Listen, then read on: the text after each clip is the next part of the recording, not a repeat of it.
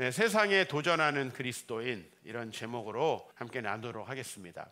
오늘 말씀을 여러분들에게 이렇게 나누면서 먼저 소개할 화가는 우리가 비엔나라고 흔히 부르지만 이제 오스트리아 빈이라고 하는 도시에서 활동한 클림트라고 하는 화가를 좀 소개하겠습니다. 저희 아내도 이 그림을 좋아합니다.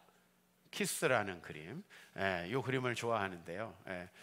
저는 뭘 좋아한다 이런 걸 사자 이런 얘기 안 하는데, 언젠가 이 그림이 그려져 있는 쟁반을 사가지고 집에다 갖다 놔서 제가 이 그림 쓴 적이 있고요. 여러분들도 아마 이 그림 본 적 있을 겁니다. 클림트 하면은 이 황금색의 화가인데, 그 강렬한 색채를 쓰고 황금을 되게 좋아했다. 그 팔라스 아테나라는 그림을 보면은 정말 황금 장식으로 장식된 그 여신, 그죠? 아테나 여신은 이제 승리의 상징, 또 전쟁의 상징인데, 뭔가 내가 앞으로 전쟁에서 승리하고 말겠다라고 하는 그런 그 결의를 담은 이런 그림도 유명합니다. 우리 이제 클림트를 이런 그림들로 기억하는데요. 사실 그 클림트가 처음에 잘 나가던 시절에 소위 말하면 동생하고 그 예술가 컴퍼니를 만들어서 사업적으로도 승승장구하고 돈을 벌던, 그러니까 우리가 지난번에 봤던 고흐라는 화가는 생전에 거의 작품이 팔리지 않았다고 그랬죠. 근데 이제 이 화가는 주문 제작해가지고 그림을 이렇게 그려줬는데, 이게 구 부르크 극장의 내부라는 것입니다. 그러니까 이 부르크 극장이라는 극장이 있었는데, 그 극장을 이제 레노베이션 재건축을 하면서 그 그림을 좀 남겨놓고 싶다. 요새로 말하면 사진을 멋있게 찍어서 영상을 찍어서 남겨놨겠지만은 그 작업을 클림트에게 의뢰를 했고요. 클림트는 여기다가 250명의 사람을 그려넣습니다. 왜요? 고관 유명한 사람들을 다 그려넣으라고 요청을 받아가지고 250명이 다 사실은 그냥 군중인 것 같지만 저기 안에 자기 얼굴이 다 구분되어 들어가 있습니다. 만약에 우리 교회 예배드리는 모습 했는데 막 여러분 한 사람 한 사람을 진짜 구분되게 다 그려놓은 거예요. 이렇게 군중의 한 사람이 아니라. 돈 많이 받았겠죠?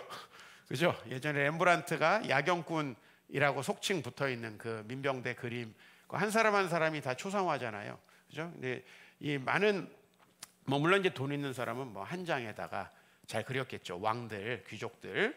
이런 그림 그리던 사람입니다. 이 그림은 아마 처음 보셨을 거고 앞으로도 보시기 어려울 겁니다. 클림트의 초기 작품들이고, 클림트가 어떤 그림들을 그렸는지를 알 수 있습니다. 그런데 이제 그 동생하고 아버지, 사업을 같이 하던 남동생하고 아버지가 동일한 질병으로 세상을 떠납니다. 아마 그 가족력이 있었던 것 같고요.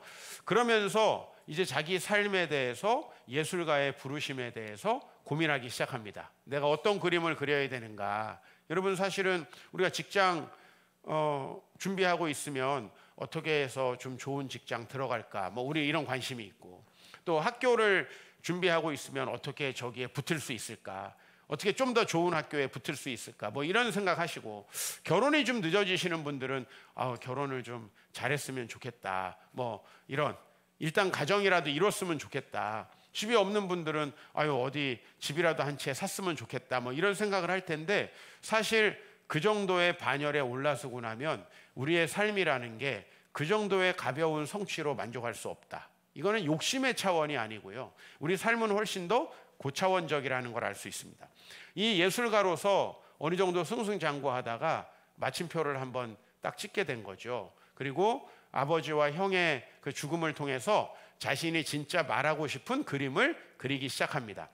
그렇게 이제 그런 그림들을 그리면서 1894년에 이 클림트가 한 그림을 제안받습니다. 우리 과거의 시스티나 성당의 천장화, 미켈란젤로의 천지창조, 여러분들이 아시겠죠? 그죠? 이제 그 천장화를 그렸듯이 이 사람은 비엔나 대학교의 대강당의 천장의 그림을 의뢰받습니다. 어떤 그림 상상이 되나요? 그 교수님들과 학생들이 뭔가 정말 이 상아탑 안에서 멋있는 학문 활동을 하면서 그 학문으로 세상이 밝아지는 그런, 실제하고는 조금 거리가 먼 그런 그림들을 그려주기를 원했을 겁니다. 근데 이제 이 사람이 그 위에다가 그린 그림이 세 폭 있는데, 첫 번째 그림은 철학이라는 그림입니다. 이 그림 여러분 보시면 도대체 뭘 그렸는지 잘 모르시겠죠? 또 그림이 흑백입니다. 원래는 이 그림이 이렇게 칙칙한 색깔이 아니었을 텐데 이제 이 그림은 나중에 다 철거가 돼요. 철거가 돼서 지금은 이런 형태로 남아 있는데, 말하자면은 고민은 하지만 전혀 답을 내지 못하는 철학자들을 그리고 있습니다. 클림트에 의하면 철학자는 이런 형상과 몰골을 가지고 있다. 이거를 어디다가 그렸다? 대학교 대강당 천장에다 그렸다. 이건 뭐 거의 폭탄을 투척한 거나 마찬가지죠. 그리고 이제 의학이라는 그림을 그립니다. 의학이라는 그림은 막 살아나야 되잖아요. 뭔가 나사로가 살아나는.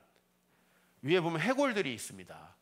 너네가 병을 과연 고칠 수 있느냐, 너네들의 의학이라는 게 도대체 무슨 의미가 있는 것이냐 도전하고 있고요. 그 다음에 마지막 이제 법학이라는 그림을 그렸는데 문어가 죄수를 포승하고 있어요. 너네가 하는 건 이런 정도다. 대왕 문어가 지금 한 죄수를 이렇게 감싸 안고 뒤에서 그 다리로다가 팔을 붙잡고 있잖아요. 그러니까 이런 좀 굉장히 생뚱맞은 그림을 그립니다. 사실요, 뭐 이런 그림에 여러분 동의할 수도 있고 동의하지 않을 수도 있는데, 이제 예술가로서 클림트는 그냥 내가 권력자들이 돈을 주고 그리라는 걸 그리고 쓰라는 대로 쓰고, 우리 학자들 중에서도 어용학자들이 얼마나 많습니까? 그렇게 그냥 누군가를 찬양해주고 누군가에게 의뢰를 받아서 글을 쓰는, 아마도 이 세상에 글을 정말 잘 쓰는 사람들은 대필 작가일 거예요. 대필 작가들은 자기의 이름이 나오지 않습니다. 왜냐하면 원고료를 이미 다 받고 글을 써줍니다. 여러분들이 훌륭한 사람이 되면 이런 제안이 들어올 거예요. 대필 작가를 붙여서 책을 낼 테니 인터뷰만 한번 해주세요. 이런 경지에 꼭 오르시기 바랍니다. 뭐 저도 아직 오른 적은 없는데요. 저는 제 글을 제가 다 쓰느라 거의 죽을 뻔했고, 안 쓰는 게 좋다라는 말을 늘 드립니다. 약값이 더 나온다. 그런데 어쨌든 다른 사람의 이야기를 각색해서 그럴듯하게 포장해주는 글들, 글쎄요, 뭐 오늘 또 여기 대필 작가가 혹시 있을지도 모르고 이 설교를 들으면 얼마나 불편하게 생각하실지 모르겠는데, 뭐 그런 정도의 화가였던 거죠, 사실 클림트는. 근데 클림트가 우리에게 남을 수 있었던 거는 뭐냐라면, 클림트가 한 말이 맞느냐 그르냐라는 건 여러분의 판단이에요. 그러나 자기가 하고 싶은 이야기를 해야 되겠다라는 그 내면의 콜링이죠. 글쎄 이게 하나님이 주신 콜링일지 아닐지 모르겠습니다. 그러나 적어도 하나님의 형상대로 창조된 인간은 뭔가 내가 이 일을 왜 해야 되고, 여러분 우리 목회자들이 처음에 교회를 개척하면 글쎄요, 교회가 빨리 부흥해서 성도들이 많아지고 안정된 교회가 되는 거, 이런 정도를 꿈꿀지 모르겠습니다. 그러나 저도 목회자의 한 사람으로 그 정도로 만족할 정도로 내 인생이 얄팍하지는 않다라는 생각을 합니다. 물론 그 부르심을 우리가 이루며 살아가느냐 하는 것은 좀 다른 문제이지만요. 여러분 오늘 본문은 애굽 땅에서 살다가 가나안 땅으로 들어가는 중인 사람들에게 주어진 겁니다. 그리고 이들에게 주어진 부르심은, 너네가 뭘 해야 된다라는 그 부르심은 뭐냐면, 우리 3절과 4절 말씀, 뭐 여러분이 많이 읽었던 말씀인데요, 같이 한번 읽어보겠습니다. 3절, 너희는 너희가 거주하던 애굽 땅의 풍속을 따르지 말며 내가 너희를 인도할 가나안 땅의 풍속과 규례도 행하지 말라, 이거예요. 그러니까 지금 이스라엘은 애굽에서요 가나안 땅에 들어가는 그 사이에 있어요. 지금 시내산이라는 곳에 있어요. 이곳에서 하나님은 내가 너희를 왜 굳이 10가지 그 재앙을 애굽에 일으키면서 불렀는지 아냐? 너희같이 약하고 땅도 없고 노예 백성으로 살아가는 너희들을 내가 왜 불렀는지 아니? 인류는 다 너희처럼 살아가. 그냥 빵을 주면 노예짓을 하면서 살아간단 말이야. 그런데 나는 너희를 그렇게 창조하지 않았을 뿐만 아니라 너희 그렇게 사는 거 너무 비참해. 그러니까 너희 그렇게 살지 말고 내가 이렇게 살아가라라고 하는 그 부르심을 너희에게 주면서 내가 땅을 줄 테니까 너희들에게 이 땅을 줄 때까지 내가 너희에게 행했던 그 모든 위대한 일들을 기억하고 그렇게 한번 살아봐. 그리고 너희가 그렇게 살아가면 먼 후대에 많은 사람들도 너희를 기억하고 너희를 통해서 나타난 나 하나님 여호와를 믿으면서 그렇게 살아가는 삶을 소망할 거야 라고 하는 거죠. 굉장히 원대한 인류를 위한 그림이죠. 그래서 그리스도인이란 바로 그 이스라엘의 정체성입니다. 왜 우리가 부르심을 받았습니까? 그것은 세상과 다르게 살아가라는 것입니다. 그리스도인의 기본적인 소명은 세상과 다르게 살아가라. 내가 세상 사람들처럼 많은 걸 누리고 싶은데 그거를 못 누리니까 다른 신들을 섬기다 보니까 다 용하지 않고 용한 목사를 찾아온 것입니까? 혹시 용한 교회들을 찾다가 없어가지고 용한 교회를 찾아오셨습니까? 그건 전혀 우리의 부르심과 다르다는 것입니다. 하나님의 부르심은 우리가 이 세상과 다르게, 즉 여기에서 방금 전까지 이스라엘 사람들이 몸담고 있었던 애굽 땅의 규례, 그리고 앞으로 들어가면 또 그 나라 사람들의 삶의 방식이 있겠죠. 가나안 사람들의 규례, 이것과 같지 않게 살아가기 위해서 불렀다는 거고요. 이 삶이 나중에 어떤 역할을 하게 되냐면, 그렇게 안 사는 게 너희들의 하나님 형상으로서의 인간의 본질에 너무나 맞아. 그리고 그렇게 살아가면 힘들 것 같지. 왜냐하면 이 율법을 요약하면 뭐죠? 다 사람들이 자기만을 위해서 살아. 자기 욕망대로. 그래서 그 욕망에 따라 그림 그리고 그 욕망에 따라 음악을 만들고 그 욕망을 따라서 글을 써. 근데 너희들은 그렇게 하지 말고 하나님께 영광을 돌리고 이웃을 기뻐하고 이웃이 잘 되는 방식으로 한번 해봐. 그러면 이 하나님의 약속이 주어질 텐데, 그렇게 하라는 게 바로 4절이죠. 너희는 내 법도를 따르며 내 규례를 지켜라. 이 내 법도와 규례를 종합하면 하나님을 몸과 마음과 정성을 다해 사랑하고 내 이웃을 내 몸과 같이 사랑하는 거잖아요. 그러면 우리는 분명히 이렇게 얘기할 거예요. 웬 오지랖이냐. 쥐도 제대로 못 살면서. 우리가 사역을 하면은 목사님들이 자녀들에게 이런 도전을 받습니다. 아니, 아빠 자식이나 좀 챙겨. 우리 애들이 한다는 말은 아니에요. 우리 아들이 하는 건 이제 말과 행동이 좀 다르다, 아빠. 이 정도의 말은 합니다. 다 본받을 만한 행동을 하는 건 아니네, 아빠. 이 정도 말은 하지만 아빠 자식이나 챙겨 이런 얘기는 하지 않습니다. 근데 그런 얘기를 듣는 분들도 많으세요. 자, 배우자 중에 한 사람이 하나님을 믿습니다. 그러면 야, 교회 가서 하는 거 반만 나한테 좀 해봐라. 뭐 음성 지원이 됩니까? 그런 얘기들을 듣고요. 그 다음에 우리의 신앙적 신념을 지켜갈 때 공직에 합당치 않아, 신앙을 갖는다는 건. 이런 얘기까지 우리가 이 세상에서 듣고 있습니다. 그런데 여기서 놀라운 반전은 뭐냐면요, 18장 5절이에요. 너희가 내 규례와 법도를 지켜라. 이걸 지키면 우리는 오지랖을 떤다, 지도 제대로 못 살면서 무슨 누구를 위해서 산다고 하느냐, 봉사활동 가면 네 남편이나 한테나 봉사해라, 뭐 이런 얘기를 우리는 들을 수도 있어요. 그런데 우리가 또 세상 사람들보다 잘나서 그걸 하는 것도 절대로 아니고요. 이스라엘 백성들이 했던 수많은 불순종을 생각해 보면, 그리고 우리의 모습을 생각해 보면, 그리고 이 예배 1시간도 늦게 와가지고 제정신으로 못 앉아 있는 우리를 보면 사실 가능성이 없어 보여요, 솔직히 얘기해서. 그런데 하나님이 부르신 그 부르심이 여러분 내면에는 흐른다는 거예요. 여러분은 난 그런 부르심을 가지고 여기 오지 않았는데요? 라고 생각할 수 있어요. 클림트도 그런 부르심에 대해서 고민하게 된 것은 가족을 잃으면서이죠. 그래서 한번 고민을 해본 거예요. 내 저 내면에 있는 진짜 나는 누구인가? 내 부르심은 극장에 250명의 사람들을 돈 받고 그려주는 게 내 원래 본질적인 부르심인가? 그거 아니라는 거죠. 그리고 오늘 5절에 이렇게 말해요. 내 규례와 법도를 지켜라. 사람이 이를 행하면 그로 말미암아 살리라. 그거는 오지랖도 아니고 우리가 멸망하는 길이 아니라는 거예요. 분명히 이것을 일이라는 차원에서 보면, 아니 나를 위해서 살기도 힘든데 남까지 위해서 산다 그러면 짐 위에 짐이 보태지는 거기 때문에, 마치 나귀가 짐을 하나 들고도 겨우 지나가는데 그 위에 짐을 얹으면 쓰러지죠. 이런 식의 삶이라고 저와 여러분들은 생각할지 모르겠어요.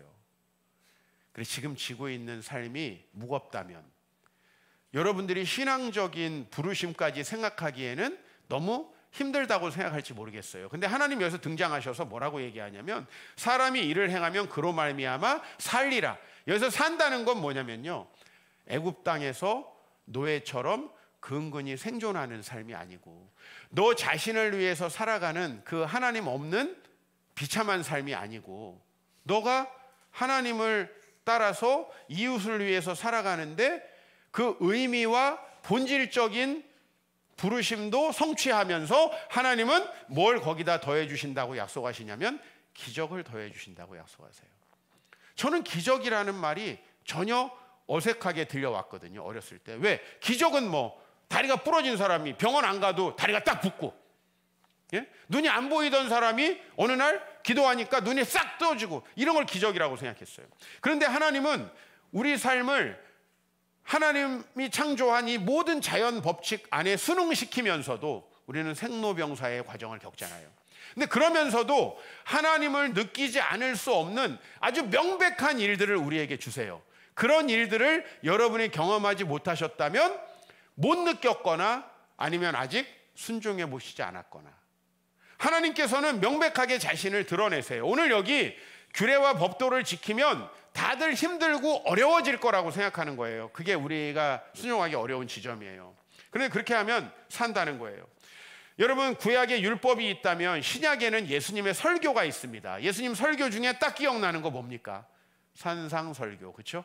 영국의 우리 한국의 목사님들도 너무 좋아하고 한국 목사님들의 멘토격인 존 스토트 목사님이라는 분이 계신데, 이분이 산상설교라는 책에서, 산상설교는 마태복음 5장에서 7장까지의 설교예요. 뭐 여러분, 뭐 10년이 가난한 자는 복이 있나요? 뭐 이런 것도 있고, 그죠?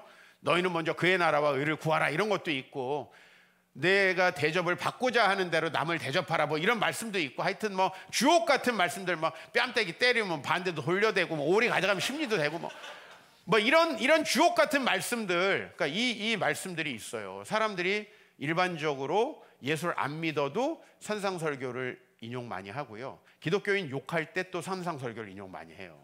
예수님 이렇게 말씀하시는데 니네 왜 안 하니? 뭐 이런 얘기할 때. 근데 이 산상설교의 핵심을 6장 8절이라고 뽑았어요. 이 존 스토트 목사님이. 6장 8절 뭐냐? 한번 같이 읽어봐요. 시작. 그러므로 그들을 본받지 말라. 구하기 전에 너희에게 있어야 할 것을 하나님 너희 아버지께서 아시느니라. 이게 바로 그 유명한 하늘에 계신 우리 아버지여 라고 하는 주기도문이 시작되기 직전 말씀이거든요. 산상설교의 핵심은 여기 있다는 거예요. 그러므로 그들을 본받지 말라. 말하자면 세상 사람들이 일반적으로 저 내면에 있는 하나님의 콜링을 벗어나서 우리가 이루고자 하는 것들을 막 이루고자 하는 마음으로 간절히 기도하는 그런 방식으로 기도하지 말라는 얘기를 하면서 너희는 그들을 본받지 말라라는 거예요. 그러니까 기독교는 작동 방식 자체가 다르다. 예를 들면 여러분이 간절히 원하면 이루어진다? 이건 히딩크 아니에요? 이건 기독교 아니라는 거예요. 이건 히딩크. 그러니까 여러분, 그런 게 기독교가 아니라는 거죠. 내가 뭔가 간절히 이루기 위해서 1도 의심하면 안 돼. 예를 들면 여러분이 천국에 가기 위해서는 내가 천국에 간다는 사실을 1도 의심하면 안 돼. 여러분들이 정말 좋은 사람하고 결혼할 거라는 걸 1도 의심하면 안 돼. 우리 교회는 다 의심한 사람들이 많이 있죠. 내가 결혼할 거라는 걸 1도 의심하면 안 돼. 근데 의심해서 지금 못 간 거야. 일부 분들을 얘기하는 거예요. 그런 종교가 아니라는 얘기예요. 이게 아니다. 그러니까 내가 원하는 것이 주어가 되면은 그걸 여러분이 확실히 믿던 안 믿던 그건 아무 상관이 없어요. 그건 기독교의 본질과 다르기 때문에. 기독교는 내가 좀 의심하더라도 하나님의 뜻이 이루어지는 게 옳다. 그분의 뜻이 나에게 이루어지는 게 나에게도 가장 아름답고 합당한 일이다. 이걸 어떻게 믿느냐는 거예요. 그랬을 때 오늘 여기서 하늘에 계신 너희 아버지께서 아신다라는 얘기를 해요. 예? 어느 책에서 예전에 본 이야기, 저도 지금 경험하고 있습니다. 다이빙 때에 아들이 올라가 있습니다. 몇 미터가 되는 그 다이빙 때에서 아이가 떨어진다는 건 너무 공포스러운 일이죠. 근데 밑에서 아버지가 기다리고 있고, 이 아버지는 용기를 키워주시기 위해서 뛰어내리라고 합니다. 그리고 아빠가 여기 있다라고 얘기하는 거죠. 아빠가 여기 있다. 그죠? 관악산에 갈 때 이제 우리 이루가 요번에 열심히 다이빙을 하고 그다음에 물에 뛰어내렸어요. 처음 뛰어내릴 때 그 긴장감, 그죠? 그건 아버지를 믿고 뛰어내리는 거예요. 아빠가 괜찮다니까. 자기가 볼 때는 뭐 돌도 많고 뛰어내리면 죽을 것 같고 막 앞으로 죽을 일이 정말 많은데, 그죠? 군대 가도 죽을 것 같고 뭐 학교 가도 죽을 것 같고 고3도 죽을 것 같고 막 직장 들어가면 죽을 것 같고 결혼하면 죽을 것 같고 막 수도 없는 많은 죽을 일이 있는데, 이 아이가 그거 뛰어내리는 것도 죽을 것 같이 생각을 해요. 아빠를 믿어. 괜찮아. 한 번 뛰어내리더니 한 100번을 뛰어내렸어요. 너무 재밌는 거야. 그리고 아무 일이 없는 거야. 심지어는 너무 재밌어. 한 100번을 그날 뛰어내렸어요. 사실 그 첫 번째가 힘든 거죠. 하나님은 그 얘기를 하는 거예요. 너희 하나님 아버지께서 아신다. 그러니까 왜 우리가 원하는 거를 구하지 않아도 되느냐? 왜 뜻이 하늘에서 이루어진 것 같이 땅에서도 이루어지다라고 기도할 수 있느냐? 내 상황과 형편을 보면 못합니다. 제자훈련이 다가왔습니다. 상황과 형편으로 이번엔 진짜 여유롭고 제자훈련을 할 수 있네. 그런 사람이 어디 있습니까? 그런 사람 존재하지 않습니다. 하나님의 말씀을 오늘 들었습니다. 내 마음에 감동이 있습니다. 이렇게 해야지. 형편과 시간이 되면 한다. 그럴 수 있는 사람은 없습니다. 미루면 인생이 끝나죠. 내일 하지 말라. 끝없는 내일이다. 내일 속에 일생이 끝난다. 끝나는 거예요. 우리 어떻게 할 수 있느냐는 거예요. 그것을 이제 하늘 아버지께서 아시고, 아까는요, 너희는 내 규례와 풍속을, 내 법도와 내 규례를 지켜 그대로 행하라. 나는 너희의 하나님 여호와니라 이거예요. 나는 그냥 하나님이 아니고 너의 하나님이다라고 얘기하는 거예요. 이게 믿음이에요. 우리가 하나님의 말씀 보니까 이제 부르심은 뭐라고요? 다르게 사는 거래요. 다르게 사는 거. 그러니까 여러분들은 세상 사람들이 뭔가 하면 그게 맞나? 라고 항상 의심을 하고 약간 반항아적 기질을 가져야 돼요. 제가 아까 클림트를 그렇게 소개했죠. 빈의 반항하라고. 그죠? 다 반항하라는 게 아니고 오늘 저에게 뭐 반항하라 이런 얘기를 하는 게 아니에요. 세상 사람들이 하는 그 풍속과 문화 속에 우리는 어떤 다른 길이 있는가에 대해서 고민해야 되고요. 그 길은 되게 어려워 보이고 힘들어 보이지만 그 길에는 반드시 하나님의 기적이 있다는 거예요. 그걸 경험하라는 거예요. 참 가끔 가다가 알고리즘에 놀라는데요. 제가 이번 주에 이 설교를 준비하고 있는데 기독교 영화가 하나 알고리즘에 떴어요. 콜링. 기독교 영화예요. 전혀 제가 알지 못하는 배우들, 전혀 제가 알지 못하는 스토리의 영화예요. 근데 이 영화가 너무 저에게는 신선하고 감동적이었어요. 이 영화에 등장하는 주인공은 누구냐면 중고차 딜러예요. 여러분 중고차 딜러 이미지 어떠세요? 중고차 딜러. 네? 사자로 시작하는 그런 거 우리 많이 생각나잖아요. 근데 그 얘기가 거기서도 나옵니다. 그 안에도 나옵니다. 근데 그 중고차 딜러를 너무 정직하고 하나님 앞에서 신실하게 하고 싶어하는 주인공이에요. 야, 어떻게 중고차 딜러를 주인공으로 삼았을까?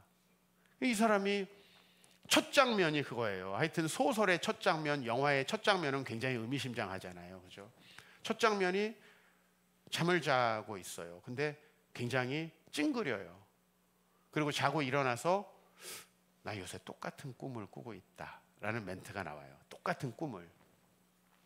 그게 나중에 보면은 이제 하나님의 부르심으로 이끄는 어떤 상징인데 내면에 고민이 있는 거죠. 지금 중고차 딜러를 하고 있지만 항상 인간이라는 건 그렇잖아요. 여러분 이 예배 시간에는 적어도 여러분이 제정신이라면 부르심에 올인이 될 수 있어야 해요. 하나님이라는 존재 앞에서 내 자신이 새롭게 재정의 되는 거죠. 그 부르심. 그리고 이 사람은 다른 옆에 립서비스 하면서 막 이거 당장 계약 안 하면 팔릴 것 같이 사고 났지만 침수차지만 전혀 사고 경력이 없는 이제 그렇게 해서 차를 파는 여러 딜러들이 나옵니다.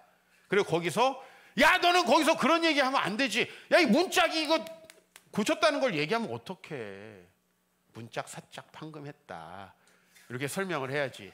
야, 내일 다시 오라 그러면 어떻게, 지금 계약 안 하면 이거 오늘 오후에 이거 지금 와서 지금 계약하기로 한 사람 있다고 얘기해야지. 뭐 이런 옆에 다른 딜러들이 많이 있어요. 우리가 많이 보던 딜러 아니에요.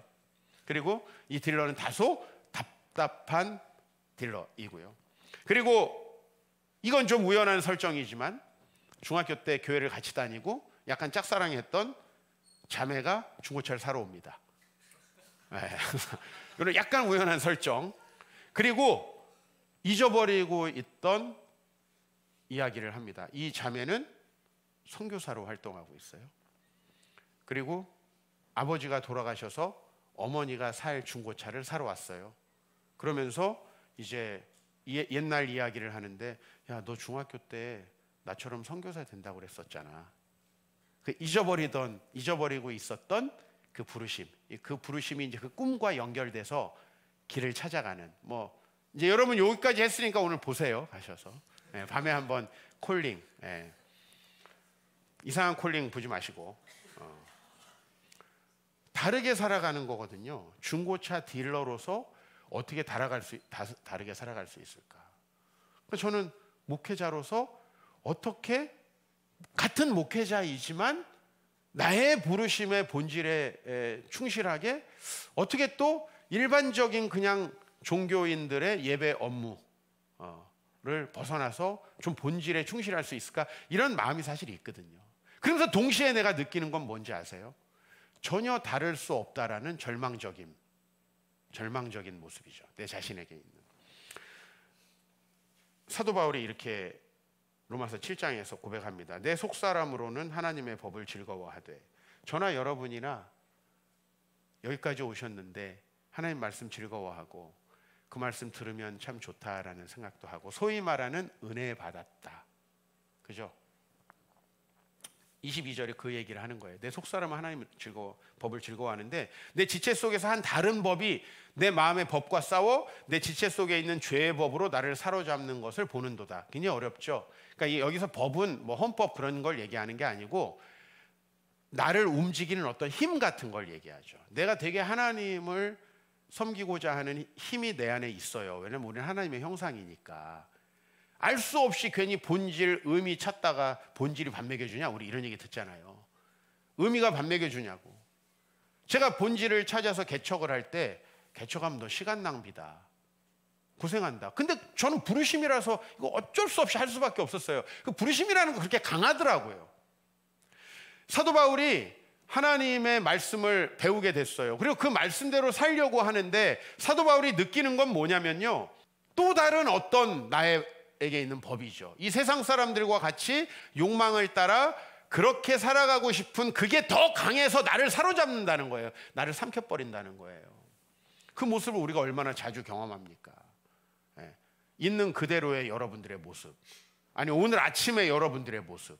24절에 그래서 오호라 나는 공고한 사람이로다. 그리고 사도 바울이 자신을 사망의 몸이라고 표현합니다.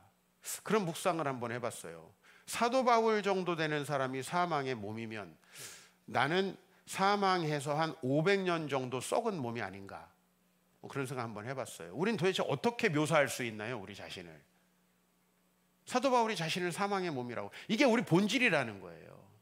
그래서 기독교는 너네가 이거를 가르쳐 줄 테니까 지켜라. 이게 바로 유교 불교거든요. 가르치니까 지켜라. 아무도 못 지켜요. 본인도 못 지켜. 공자가 끊임없이 끝까지 그 육아 사상을 지킬 수 있었던 건 끝까지 관직에 등용되지 않았기 때문인 것 같아요. 그 관직에 등용됐으면 이 지키기 어렵구나 이거. 정치에서는 일단 죽이고 시작해야 되는구나. 거짓말부터 해야 되는구나. 이걸 알았을지도 몰라요. 근데 어떻게 강합니까? 기독교의 대반전이 있어요. 그건 뭐냐면은 우리가 정말 말씀을 들었지만 절대로 말씀을 지킬 수 없는 사람이라는 거. 너무나 흉악하다는 것을 인정할 때 그 인정하는 마음을 산상설교에서 예수님이 시작할 때 말하고 있어요. 바로 심령이 가난한 사람이에요. 애통하는 사람이에요. 여러분 자신에 대해서 애통하고 고통스러워하면 되게 역설적으로 나는 너무 정말 불가능한 인간이야. 사망의 몸이야. 사도 바울식으로 말하면. 그렇게 자신을 진정으로 인식하면 천국이 뭐래요? 그들의 것이래요. 이거 무슨 말이죠? 하나님의 말씀과 그분의 뜻이 나를 통해 이루어질 수 있다는 얘기를 하는 거예요. 이루어질 수 있다. 얼마나 역설적이에요. 내가 할 수 있다고 생각했을 땐 도저히 이루어지지 않는다. 근데 이것이 나는 도저히 불가능합니다. 나는 사망의 몸입니다. 나는 말씀을 아무리 들어도 도저히 지킬 수 없는 그런 불행한 자입니다. 그게 내 본질입니다. 라고 여겼을 때 오히려 하나님의 나라가 우리에게 임한다는 거죠. 그런 의미에서 여러분들을 부르신 이 부르심은 부담스러움이 아니라 복입니다. 하나님이 여러분들에 대해서 엄청난 기대가 있다라는 사실이 너무 좋지 않습니까? 네가 무슨 부르심이고, 야 오지랖 떨지 마. 네 하나나 잘 살아. 네 자식이나 잘 키워. 좋습니까, 여러분? 이런 말. 난 이런 말을 누가 나한테 한다면 이게 제일 싫을 것 같습니다. 물론 나는 우리 가족도 건사하기 힘든 놈인 게 본질상 사실이에요. 근데 하나님은 나를 다른 삶으로 부르고 계세요. 그리고 그 다른 삶은 되게 역설적으로 내가 다르게 살아갈 수 없는 형편없는 인간이라는 걸 알 때 깨닫게 된다는 거예요. 이번 주에 제 서재에 있는 책을 제가 다 읽은 건 아니잖아요. 특히 이제 제 아내가 샀던 책을 제 서재에다가 꽂을 곳이 없어서 갖다 놓은 책이 몇 권 있어요. 근데 아주 한 15년 전부터 우리 서재에 있었던 좀 두툼한 책이 있는데 아담을 기다리며라는 책입니다. 원제는 Expecting Adam, 그리고 이제 부제가 이렇게 돼 있어요. A True Story of Birth, Rebirth and Everyday Miracles라는 제목이에요. 그러니까 탄생, 그리고 재탄생, 그리고 기적적인 일상들에 대한 진정한 이야기, 뭐 이제 이렇게 돼 있어요. 이 책의 주인공은 한 다운 증후군 아이를 낳은 엄마고요. 이 다운 증후군 자녀를 임신했다라고 하는 사실을 알게 되고 있었던 일들이에요. 이 부부는 하버드에서 그 치열한 삶 속에서 내가 뭔가 하나를 성취하면 그 다음 거를 성취하지 못하면 안 된다는 그 어마어마한 압박감 속에서 아이를 키우는 것도 정말 낭비 아닌가? 이게 얼마나 우리의 커리어를 뒤로 후퇴시키는가? 저는 참 현대 우리 많은 여성분들에게서도 그런 걸 많이 느끼거든요. 아이를 커리어의 단절로 느낄 수밖에 없는 그런 문화에서 그런 대한민국보다 더 치열한 하버드 문화가 있대요. 난 안 다녀봐서 모르겠어요. 그 문화가 있대요. 그 문화 속에서 치열하게 박사과정을 하던 두 사람인데 아이도 한 명 있었고요. 근데 다운 증후군의 가능성이 있습니다가 아니라 100% 다운 증후군으로 진단이 나온 거예요. 뱃속에 있을 때. 아이가 건강해도 지금 중절을 해야 되는 상황이에요. 그게 하버드 문화인데, 그게 어떻게 보면 우리의 문화인데 다운 증후군이 확진됐어요. 이 아이를 낳는 게 맞는가? 근데 이들은 신앙적 신념으로 그 아이를 낳기로 합니다. 그리고 이제 뭘 경험해요? 첫 번째는 탄생을 경험하죠. 이 아이가 태어나요. birth. 그리고 rebirth. 누가 태어나는 거예요? 그거는 아이가 태어나는 게 아니고요. 부모님이 태어나는 거예요. 그 한 대목을 읽어드릴게요. 남편이 아내에게 이렇게 말합니다. 난 정말 기적이 일어날 거라 생각했어. 이 아이가 태어나고 나서 존은 아담의 해적 모자 밑으로 삐쭉 나온 솜털 같은 머리카락을 만지작거리며 낮은 소리로 말했다. 정말로 하나님이 아이를 고쳐줄 거라 생각했어. 아내가 잠시 그 말에 대해서 생각해 보았다. 그리고 이렇게 말합니다. 어쩌면 아담은 고칠 필요가 없었을 거야. 어쩌면 우리 중에서 부서지지 않은 건 아담뿐일 거야. 이렇게 얘기를 해요. 그리고 이제 남편이 아내를 쳐다봅니다. 당신 부서졌어? 그랬었어. 근데 지금은 아니야. 라고 아내가 대답합니다. 누가 리버스 된 거냐면 이 부부가 재탄생을 한 거죠. 그 아이가 나오는 과정 속에서. 그러면서 남편이 다시 말합니다. 사실 여보, 나도 마찬가지야. 그는 잠시 가만히 있다가 내게 미소를 지었다. 그가 잘 짓는 하버드식 억지 미소가 아니라 지난 세월의 기쁨과 함께 모든 슬픔을 담고 있는 진짜 미소였다. 그러니까 그게 기적이네. 그러니까 이 부부는 자기들의 커리어와 미래의 삶에 엄청난 일이 일어날 거라는 것들을, 그 고통스러운 일들을 예상하고 고민했지만 이 자녀를 낳고 진짜 망가진 거는 다운증후군 그 아담이라고 하는 아이가 아니라 자기들이었다는 걸 알게 되는 거죠. 글쎄요, 낳게 해주셨으면 얼마나 좋았을까요? 근데 우리의 삶에 꼭 낳는 것이 하나님의 뜻이 아닐 수도 있고 낳지 않는 것이 더 유익한 것이 있다라는 거예요. 이걸 인정하지 못하면 낳을 수 없었겠죠. 이 책을 읽으면서 저에게 제 인생에 가장 큰 영향을 미친 이종락 목사님, 그리고 그 아들 은만이를 혹시 보신 적이 있습니까? 제가 봤던 사람 중에 외모로는 가장 흉한 아이였습니다. 가서 그 아이의 냄새를 맡는데 너무 힘들었어요. 전 코가 예민하니까. 그 아이를 목욕시키는데 너무 힘들었어요. 목에는 구멍이 뚫어져 있어요. 이 목으로 숨을 쉬어요. 여기 있는 구멍으로. 그 목에 물이 들어가지 않게 하려면 두 사람이 이 아이를 붙잡고 있어야 돼요. 머리를 좀 높여서 목 뒤에 손을 넣고 그걸 한참 동안 하면서 그걸 보고 있는 거예요. 땀을 뻘뻘 흘리고 목욕을 시킨 다음에 집에 오면서 그런 생각을 하는 거죠. 이 아이는 왜 존재하는 걸까? 30년이 넘게 그렇게 살다가 갔습니다. 말 한마디 못하고 눈동자 하나 굴리지 못합니다. 근데 그렇게 33년을 살다가 갔고요. 제가 그런 질문을 했던 것은, 지금은 그런 질문을 하지 않습니다. 그러나 그 젊은 목사로서 그 아이를 목욕시키면서 제가 그런 질문을 했던 것은 사람을 있는 그대로 보지 않고 기능으로 보도록 길들여진 나의 시선 때문이죠. 이 아이는 아무 기능이 없는 것 같고 나는 너무 많은 기능을 하고 있는 사람인 것처럼 여겨지는 거죠. 그 앞에서 나의 우월감이 더 높아지는 거죠. 그랬을 때 이 아이는 도대체 왜 존재하는가? 근데요, 사실 이 세상에 챌린지하고 이 세상에 진짜 도전하고 저에게 새로운 아들을 품게 해준 건 바로 그 아이예요. 그리고 그 아이 때문에 고민하고 날마다 술에 쩔고 정말 고통스러워하는 부모의 모습이 아니라 병원을 다니면서 이 이종락 목사님이 그때 목사님이 아니셨죠.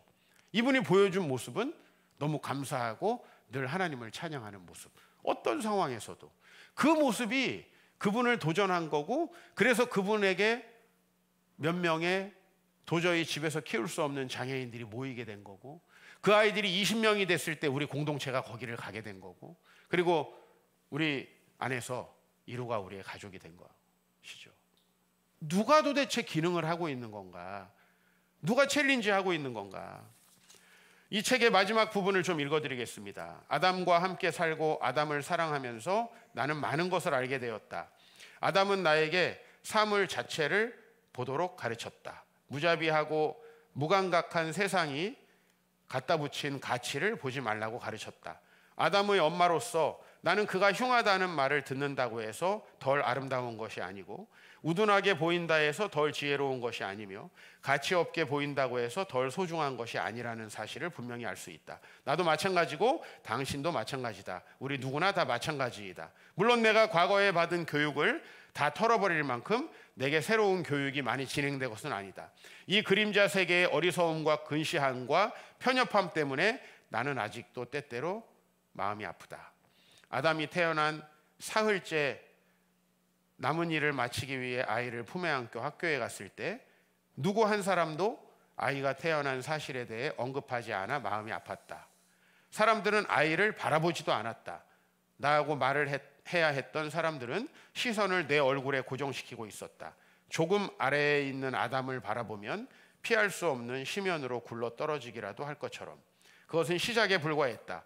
내가 두려워한 그대로 아담과 나는 조롱과 비판과 배척을 받았고 그때마다 나는 고통스러웠다. 사람들이 아담을 보고 그들의 눈앞에 아름다운 대신에 그들의 인식 속에 있는 기형만을 볼 때마다 마음이 아프다.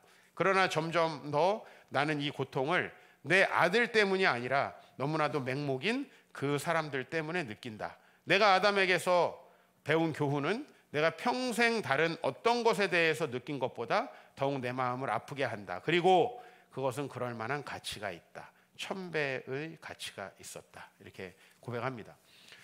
그리스도인들의 본질은요, 다르게 살아갈 수 있는 힘이에요. 그리고 다른 선택을 할 수 있고, 제가 이 책에서 다 인용하지 못하지만 이 책의 마지막 트루 스토리의 대상은 에브리데이 미라클스예요. 얼마나 놀라운 기적들이 일어나서 많은 사람이 바뀌는지, 그리고 은만이에 대해서 제가 품었던 그 질문들은 얼마 후에 풀리기 시작했어요. 한 다리가 불편한 청년이 이종락 목사님을 찾아왔습니다. 저는 교회 청년부에 다니는데 자매들이 내가 다리가 불편하니까 내 마음을 알아주지 않습니다. 저는 결혼도 못할 것 같고 아무 필요가 없는 존재일 것 같습니다. 라고 할 때 우리 이종락 목사님이 은만이 이야기를 해줬던 이야기가 지금도 생생하게 기억납니다. 우리가 그 청년에게 무슨 도전을 줄 수 있을까요? 그리고 세상은 그렇게 더러운 거야 라고 글을 써서 그의 공감을 얻어낸다고 한들 그 청년의 삶이 바뀔까요? 그랬을 때 도대체 그리스도인의 역할은 뭐냐? 빛과 소금의 역할은 뭐냐? 다르게 살아보는 거죠. 다르게 살면 기적이 일어난다는 거예요. 그 기적을 경험하지 못하고 그저 주일날 이 예배를 또 지겹게 드리고 있는 우리라면 얼마나 고통스러울까. 여호수아는 많은 사람들에게 손가락질 당하던 사람입니다. 저 가나안 땅에 들어갈 수 있다고? 우리가 보니까 우린 도저히 전쟁에 이길 수 없는데, 여호수아는 그 전쟁에 나아갔고 승리했고, 그는 죽음을 목도하면서 이제 그 죽음 앞에서 이렇게 이야기를 합니다. 나와 내 집은 여호와를 섬기겠노라. 하나님을 섬기고 그분의 뜻에 따라서 살아가는 삶은 여호수아처럼 멋있을 수도 있고요, 은만이처럼 멋이 없을 수도 있습니다. 그러나 그 아이를 포기하지 않고 30년을 넘게 키우면서 전혀 새로운 종류의 삶을 살아간 그런 분들이 이 세상에 안 계신다면 이 세상은 도대체 어떻게 될 것인가? 나는 도대체 누구에게 영향을 받고 어떤 큰 교회 목사님에게 영향을 받아서 나는 어떤 야망을 꿈꾸게 될 것인가 생각해 보면요, 그분이 없다면 나는 좀 끔찍한 생각이 들어요. 우리 아들이 우리 가정에 온 다음에 우리 가정에 일어난 놀라운 변화는 뭐냐면, 저는 어렸을 때 가난하게 살았잖아요. 우리 부모님은 전라도 출신이었잖아요. 그러니까 늘 좌파적 시각으로 전 살았어요. 가난하고 책 좀 읽고 전라도면 100% 아닙니까? 이건 뭐 자동 좌파적 삶이죠. 김대중 대통령이 저의 우상이었고요. 근데 제가 이제 명문대를 졸업하고 총신대 신대원을 졸업하고 대형교회에서 일하니까 저는 어느덧 이제 명문대생의 시각으로, 가진 자의 시각으로 세상을 바라보게 되는 거예요. 그게 우리의 어쩔 수 없는 본질이고, 그런데 제가 우리 아들을 품고 나서 저는 소외되고 힘들고 연약한 자들의 시각으로 세상을 볼 수 있게 됐어요. 이게 저에게 일어난 기적이에요. 저는 그럴 수 없는 사람인 거죠. 그리고 이제 우리는 또 오늘 광고를 통해서 여러분들에게 미혼모들이 포기하지 않고 자기 자녀를 키우는데 그들을 도와준다는 공동체가 있어서 이제 여러분들에게 또 봉사하자고 제안하려고 합니다. 얼마나 대단해요. 제가 아는 대부분의 미혼모들은 자녀를 포기할 수밖에 없었는데 자녀를 포기하지 않고 키우면서 믿음을 지켜가는, 얼마나 소중해요. 정말 그들을 우리 공동체가 품었으면 좋겠다라는 생각이 들고요. 여러분들에게 이 설교 한 번이 여러분의 삶을 바꿀 거라고 생각하지 않습니다. 그러나 오늘 정말 부탁드립니다. 제자훈련 23기를 통해서 그런데 도대체 복음이 뭐고 내가 인생의 뼈대로 삼아야 될 게 무엇인지 한번 같이 이야기해 보고 싶습니다. 이거는 여러분들이 날마다 일상으로 하고 있는 그 모든 일들의 목적이 될 수 있는 거기 때문에 너무 중요해요. 날마다 숨쉬고 일하는 내 삶 전체의 목적이 될 수 있는 일이 무엇인가, 그 하나님의 부르심이 무엇인가를 이야기하는 시간이니까요. 저는 오늘 제목을 여러 가지로 고민하다가 세상에 도전하는 그리스도인이라고 잡았어요. 그냥 돈이 되는 일, 좀 더 잘 살 수 있는 일, 편안한 일, 그것도 하고 사는 게 쉽지는 않죠, 여러분. 그러나 요한계시록 14장 12절에 성도들의 인내에 대해서 얘기해요. 바로 하나님의 계명과 믿음을 지킨다는 건 순간적인 감성이나 한순간의 감상적인 그 느낌이 아니라 끊임없는 인내로 내가 하나님 앞에서 옳다고 주장하는 것들을 해나가는 것이죠. 그러다 보면 그 안에서 기적이 일어나죠. 그리고 정말 비록 장애가 있는 것으로 판명이 됐고 유전자적으로 기형이라는 게 판명이 됐지만 그 자녀를 낳은 이를 통해서 하버드적 삶에서 벗어나서, 소위 말하면 이 땅 많은 사람들이 지향하는 방향을 벗어나서 다른 시각으로 인생을 살아갈 수 있었다는 것이 가장 큰 기적이고, 이 사람들에게 그것이 바로 우리가 또 이 세상에 해야 될 일 아니겠는가. 그리스도인들마저도 때로는 세상에 포로가 돼 있잖아요. 세상 사람들이 하고 싶고 세상 사람들이 갖고 싶은 걸 위해 인생을 다 바치잖아요. 그리고 제가 너무 안타깝게 생각하는 건 뭐냐면 그 바라는 것도 이루지 못한 채로 하나님 나라를 바라는 게 아니라 세상을 바라면서 그것도 이루지 못하고 비참하게 살아가는 사람들이 너무 많다는 거예요. 시각을 좀 바꿔보면 좋겠어요. 저는 여러분들에게 가난하고 비참한 삶을 이야기하는 것도 아니고 장애인의 엄마가 되라고 이야기하는 것도 절대 아닙니다. 그게 아니라 하나님이 주신 나만의 세상과는 다른 결정과 선택을 할 수 있는 그 부르심을 여러분들이 선택하면 놀라운 기적이 일어날 거라는 걸 말씀드리고 있습니다. 어떤 일이 우리에게 일어날지 모르겠어요. 우리도 생로병사의 굴레에서 완전히 이탈할 수 있는 그런 존재는 아니에요. 그러나 그 하나님은 여러분들에게 부르심을 주고 계시고 여러분이 그 부르심을 따라 살아갈 때, 여러분이 자동차 딜러라면 딜러로서 그리스도인으로 살아가는 그 길을 찾아 나갈 때 거기 기적이 일어난다. 믿으십니까? 네, 믿고 나아가길 소망합니다.